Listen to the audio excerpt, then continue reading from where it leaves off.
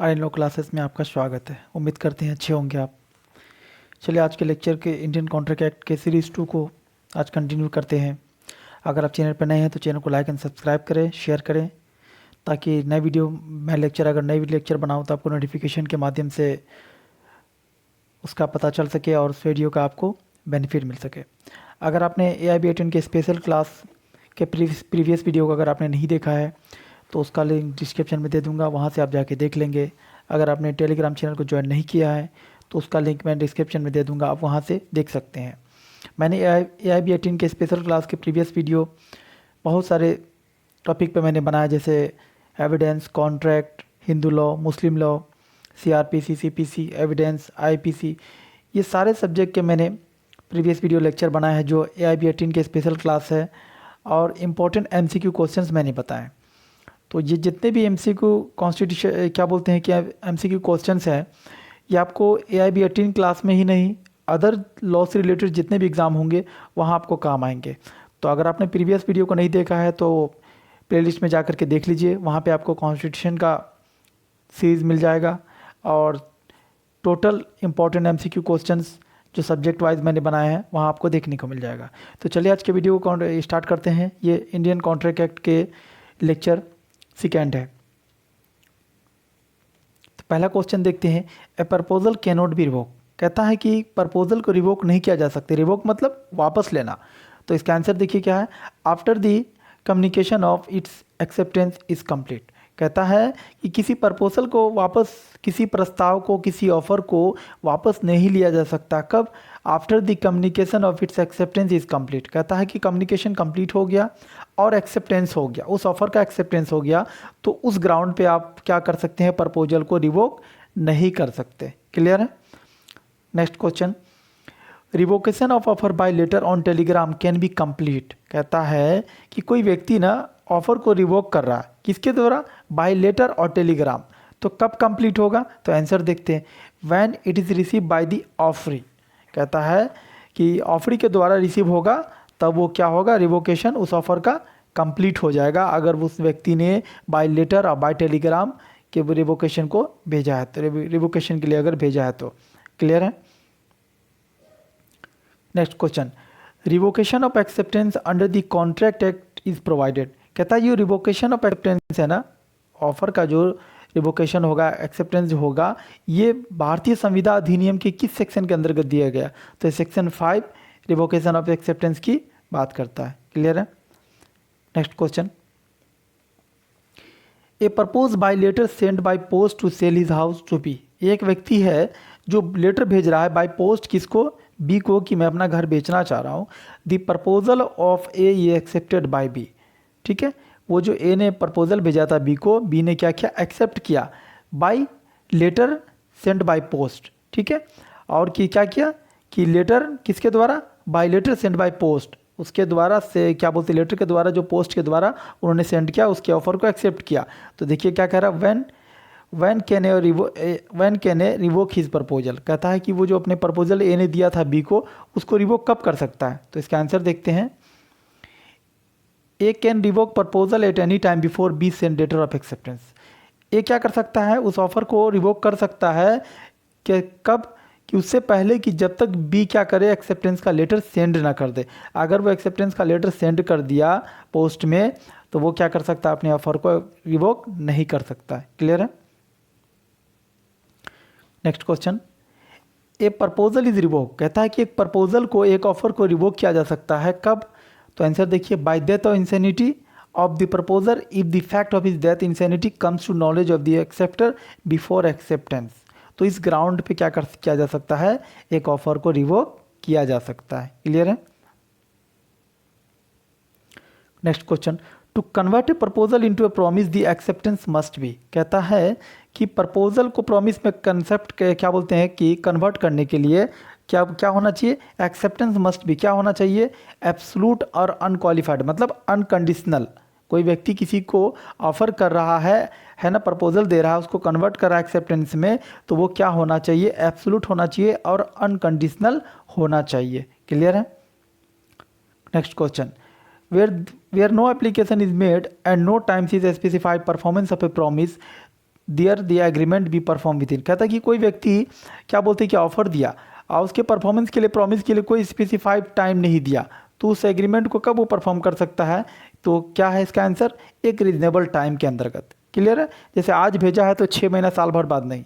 Clear है? ये ध्यान रखिएगा। Next question, all agreement are contract if. कहता है कि सारे जो एग्रीमेंट है वो कॉन्ट्रैक्ट होंगे कब? Must be free consent, competent to contract, lawful consideration, lawful object, not expressly declared to be void। कहता है कि सारे एग्रीमेंट जो होंगे कॉन्ट्रैक्ट होंगे कब? तो फ्री कंसेंट होना चाहिए, उसका जो कंसेंट होगा फ्री होना चाहिए, मतलब दबाव में नहीं होना चाहिए, पहला। दूसरा, कॉम्पिटेंट टू कॉन्ट्रैक्ट, वो व्यक्ति क्या है? कॉम्पिटेंट है, उसका एज कंप्लीट है, वो माइनर नहीं है, वो साउंड माइंड है, वो योग्य होना चाहिए कॉन्ट्रैक्ट करने के लिए। तीसरा क्या है?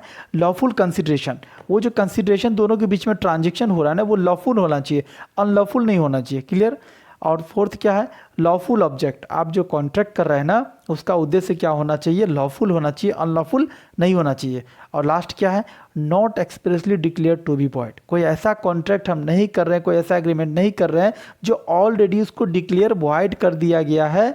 ठीक है, तो उस प्रकार का एग्रीमेंट क्या होगा? कॉन्ट्रैक्ट में कन्वर्ट नहीं होगा। क्लियर है? एक कॉन्ट्रैक्ट करने के लिए ये सारे एसेंशियल एलिमेंट होना जरूरी है। नेक्स्ट देखते हैं, section 10 of Indian contract act requires condition for an agreement to be become a contract. कहता है कि सेक्शन 10 के अंतर्गत कितने एसेंशियल कंडीशन है जो कोई एग्रीमेंट को कॉन्ट्रैक्ट में कन्वर्ट करता है? तो कितने हैं? 5 है। पहला कौन है? फ्री कंसेंट, दूसरा कॉम्पिटेंट टू कॉन्ट्रैक्ट, तीसरा लॉफुल कंसिडरेशन, चौथा लॉफुल ऑब्जेक्ट और पांचवा क्या? Not expressly declare to be void. Clear है? Next question, under Indian contract Act when does an agreement become a contract. कहता है कि इंडियन कॉन्ट्रैक्ट एक्ट के अंतर्गत कब एग्रीमेंट कॉन्ट्रैक्ट बन जाता है? तो देखते हैं इसका आंसर क्या है? It is enforceable by law.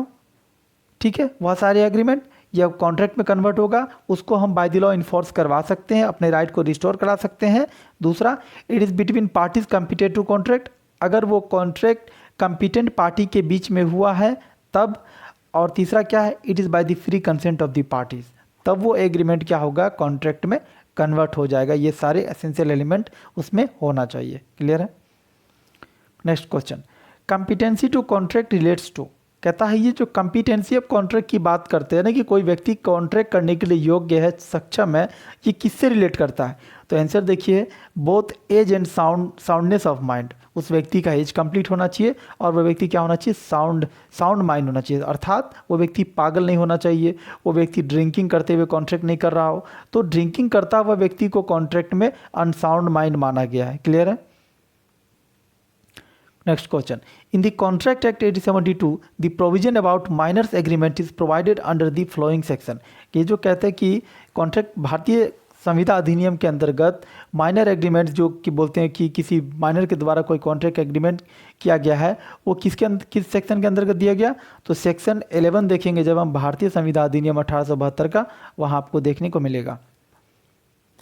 Next question, एक कॉन्ट्रैक्ट विथ ए माइनर और बाय ए माइनर। कहता है कि कोई एक कॉन्ट्रैक्ट या तो माइनर के द्वारा किया गया या माइनर के साथ किया गया, तो वो क्या होगा? वो क्या होगा? वॉइड कॉन्ट्रैक्ट माना जाएगा। क्लियर है? Next question, the age of majority for the purpose of contract agreement. कहता है कि ये जो एज ऑफ मेजोरिटी है कॉन्ट्रैक्ट को कंप्लीट करने के लिए, कॉन्ट्रैक्ट में आने के लिए, वो कितना एज है? तो 18 ईयर्स है। क्लियर है? नेक्स्ट क्वेश्चन, 2 और more person are said to be consent when. कहता है जब 2 या 2 से अधिक व्यक्ति का कंसेंट मतलब कि माना जाएगा, कब? तो क्या आंसर क्या है? They agree upon the same thing in the same sense. दोनों एक ही वक्त में, एक टाइम में एक ही चीज़ पे क्या है? एग्री है। क्लियर है? दोनों का व्यू अलग अलग नहीं है, तो वो क्या माना जाएगा? दोनों का कंसेंट माना जाएगा। क्लियर है? Next question, consent will be said to be free. कहता है कि कंसेंट कब फ्री माना जाएगा? When it is not caused by coercion, under influence और फ्रॉड। ठीक है? और क्या है? Misrepresentation and mistake the term free consent has been defined in which section of the contract Act. कहता है फ्री कंसेंट जो है इंडियन कॉन्ट्रैक्ट एक्ट के अंदर कहाँ डिफाइंड है? तो सेक्शन 14 जब देखेंगे तो वहाँ आपको फ्री कंसेंट देखने को मिलेगा। Next question, a contract is said to be free when it is not caused by, कहता है किसी व्यक्ति का कॉन्ट्रैक्ट जो कंसेंट होगा ना फ्री माना जाएगा, लेकिन कब कब फ्री नहीं माना जाएगा, जब अगर कि इसका कंसेंट कोर्सन से लिया गया, अंडर इन्फ्लुएंस से लिया गया, फ्रॉड से लिया गया, इन तीनों ग्राउंड पे उस व्यक्ति का कंसेंट को फ्री नहीं माना जाएगा। Next question, coercion under English law is known as, कहता है कि ये जो टर्म कोर्सन है ना, इसको इंग्लिश लॉ में किस नाम से जाना जाता है, तो इसको इंग्लिश लॉ में ड्यूरेस नाम से जाना जाता है। किस नाम से? Duress, DURESS। Next question, a threat to commit suicide in performance of the contract amounts to, एक व्यक्ति है वो कह रहा है कि किसको कॉन्ट्रैक्ट को परफॉर्मेंस करो, कॉन्ट्रैक्ट करो, उसको धमकी दे रहा है क्या चीज़ का, कि मैं सुसाइड कर लूँगा, तो ये क्या हो जाएगा? It's amount to coercion. क्या माना जाएगा? It's amount to coercion. Next question, when consent to be an agreement is caused by coercion the agreement is, कहता है कि किसी व्यक्ति का कंसेंट लिया गया किसी एग्रीमेंट में, कैसे? कोअर्सन के द्वारा, तो वो क्या माना जाएगा? Voidable contract. क्या माना जाएगा? वॉइडेबल कॉन्ट्रैक्ट माना जाएगा। Next question, under undue influence has been defined under section of Indian contract act 872। ये जो अंडियो इन्फ्लुएंस है ना, ये जो अनुचित क्या बोलते हैं प्रभाव जो होता है किसी व्यक्ति का, जैसे सर्वेंट्स का, नौकर पर, डॉक्टर का पेशेंट पर, ये जो अंडियो इन्फ्लुएंस होता है ना, किस सेक्शन के अंतर्गत डिफाइंड है? तो सेक्शन 16 देखेंगे जब हम इंडियन कॉन्ट्रैक्ट एक्ट का, तो वहाँ आपको देखने को मिलेगा। Next question, a master ask his servant to sell his bike to him a price less than the market price, this contract can be avoided by the servant on the ground of, एक व्यक्ति है जो अपने servant से क्या कर रहा है कि मार्केट से कम प्राइस में ये बाइक हमको भेज दो, तो वो किस ग्राउंड पे उस कॉन्ट्रैक्ट को क्या कर सकता है? अवॉइड कर सकता है। तो वो क्या ग्राउंड होगा? अंडियो इन्फ्लुएंस होगा, क्योंकि वो सर्वेंट है और वो जो व्यक्ति उसको बोल रहा है अपना बाइक बेचने के लिए, वो उसका मास्टर है। Next question, which relation does not come with in the under influence relationship, ये जो अंडर इन्फ्लुएंस का रिलेशनशिप होता है किसके अंतर्गत नहीं आता है? तो कस्टमर और शॉपकीपर का जो रिलेशनशिप होता है ना, ये अंडर इन्फ्लुएंस के अंतर्गत नहीं आएगा। जैसे अंडर इन्फ्लुएंस में कौन कौन आ जाएगा? Master servant, doctor patient, teacher student, ये सब रिलेशनशिप क्या किस में आ जाएगा? अंडर इन्फ्लुएंस में आ जाएगा। Next question, a contract is voidable if it is caused by concealment of a material fact by someone who is under duty to speak because it is, कहता है कोई कॉन्ट्रैक्ट है ना, वो वॉइडेबल माना जाएगा कि कोई एक व्यक्ति क्या कर रहा है कि कंसीलमेंट कर रहा है, किसी फैक्ट को, किसी बात को क्या कर रहा है? वो छुपा रहा है, वो बता नहीं रहा है, तो वो क्या हो जाएगा? फ्रॉड माना जाएगा। क्या माना जाएगा? फ्रॉड माना जाएगा। Next question, when the agreement is caused by coercion, fraud or misrepresentation, the agreement is, कहता है कि कोई एग्रीमेंट हो रहा है कैसे? या तो कोर्सन, फ्रॉड, मिसरिप्रेजेंटेशन, उसके साथ एग्रीमेंट किया जा रहा है, किसके द्वारा? कोर्सन, फ्रॉड और मिसरिप्रेजेंटेशन के द्वारा, तो वो एग्रीमेंट क्या होगा? वॉइडेबल होगा। क्लियर है? Next question, under section 19 of Indian contract act 872 the consent caused by coercion is, कहता है कि सेक्शन 19 है ना, धारा 19 के अंतर्गत किसी व्यक्ति का कंसेंट लिया गया कोअर्सन के द्वारा, तो वो कॉन्ट्रैक्ट क्या होगा? वॉइडेबल माना जाएगा। क्लियर है? Next question, an agreement made to sell a cargo which was not in existence at the time of contract, कोई एक एग्रीमेंट हो रहा है कि एक कार्गो को सेल करना है, लेकिन वो एग्जिस्टेंस में नहीं है, अस्तित्व में नहीं है, तो वो कॉन्ट्रैक्ट क्या होगा? एग्रीमेंट क्या हो जाएगा? वो एक क्या होगा? वॉइड एग्रीमेंट होगा। क्लियर है? Next question, under consideration an object have been mention under which section of Indian contract act, ये जो अनलॉफुल कंसिडरेशन है, कहता है ये अनलॉफुल कंसिडरेशन भारतीय संविदा अधिनियम के किस सेक्शन के अंतर्गत बताया गया है?